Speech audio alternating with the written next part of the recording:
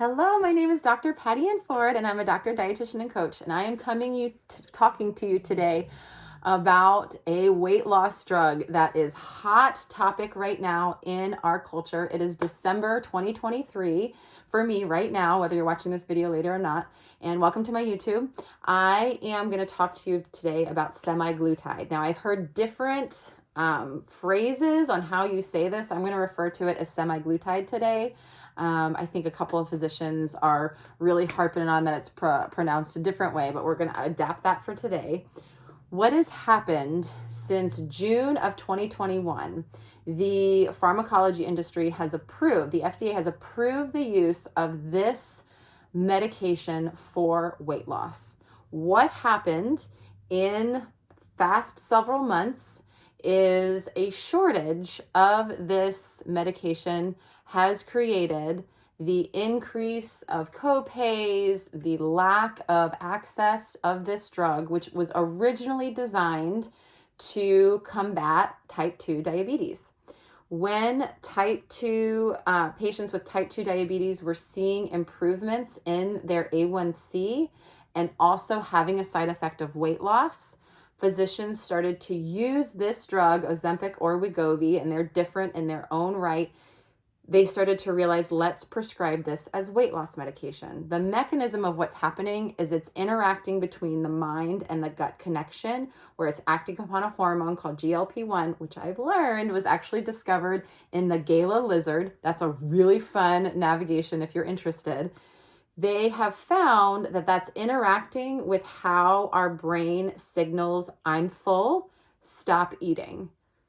And so imagine you have someone who has been navigating hunger and fullness miscues their entire life. They cannot tell when they're full.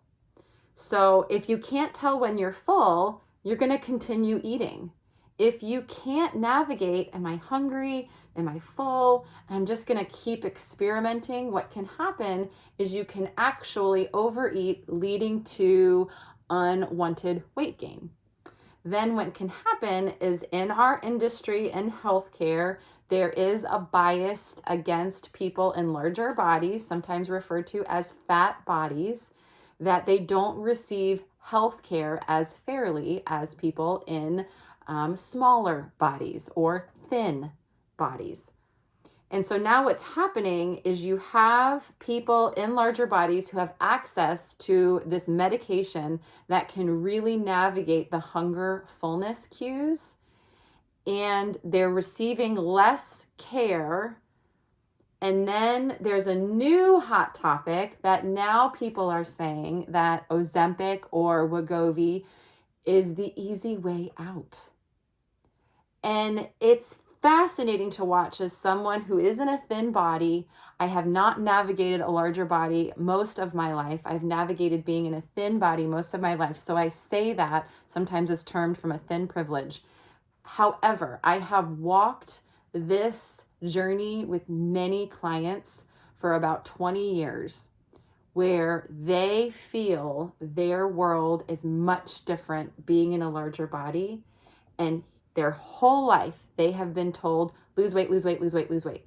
We have access now to a medication, and now they're being shamed for taking this medication as it's being deemed as the easy way out. So it's becoming kind of a darned if you do, darned if you don't, where my whole life I've been told to change. I finally have access to this amazing, beautiful drug, and I'm being shamed for it. Which one is it? And people will say, a lot of influencers and Fitspo people, we all have the same 24 hours in the day. We don't. No person has the same 24 hours in a day. Someone that has access to the gym, access to foods, the budget for foods, the education to know how to do it, the time, meaning maybe they work only 10 hours a week for a very high income, is much different than someone with different genetics, a different brain, a different gut hormone access, 4 jobs, 4 children. They don't have the same time in the day. And so here comes pharmacology with a beautiful tool, and I'm going to call it a beautiful drug because it is. All of the research has shown so many benefits. As medication, there's always side effects. And so I want to kind of, if you are shaming the Ozempic, Wegovy craze, whatever we want to call it, I want to ask, how come? What is so systemically wrong with taking a medication that some experts are seeing this as kind of like a new statin, where we've had high cholesterol and now we have a drug to lower the cholesterol, which is improving quality of life? Why is this semaglutide receiving so much bad rep? Why are people shaming people's ability to lose weight safely and effectively? Now, I come from a space where I believe you are beautiful at all sizes. And I do believe that I want you to feel comfortable in every single size that you're at. But it's really, really hard to do in our culture. And I'm not for the drug. I'm not against the drug. It is a beautiful drug scientifically. And your choice whether to take these drugs or not is on you. And weighing out the options and finding your intention with it, pairing it with lifestyle and the deeper work of long-lasting lifestyle change would be wise. A medication without the deeper work, without the supportive behaviors is unwise.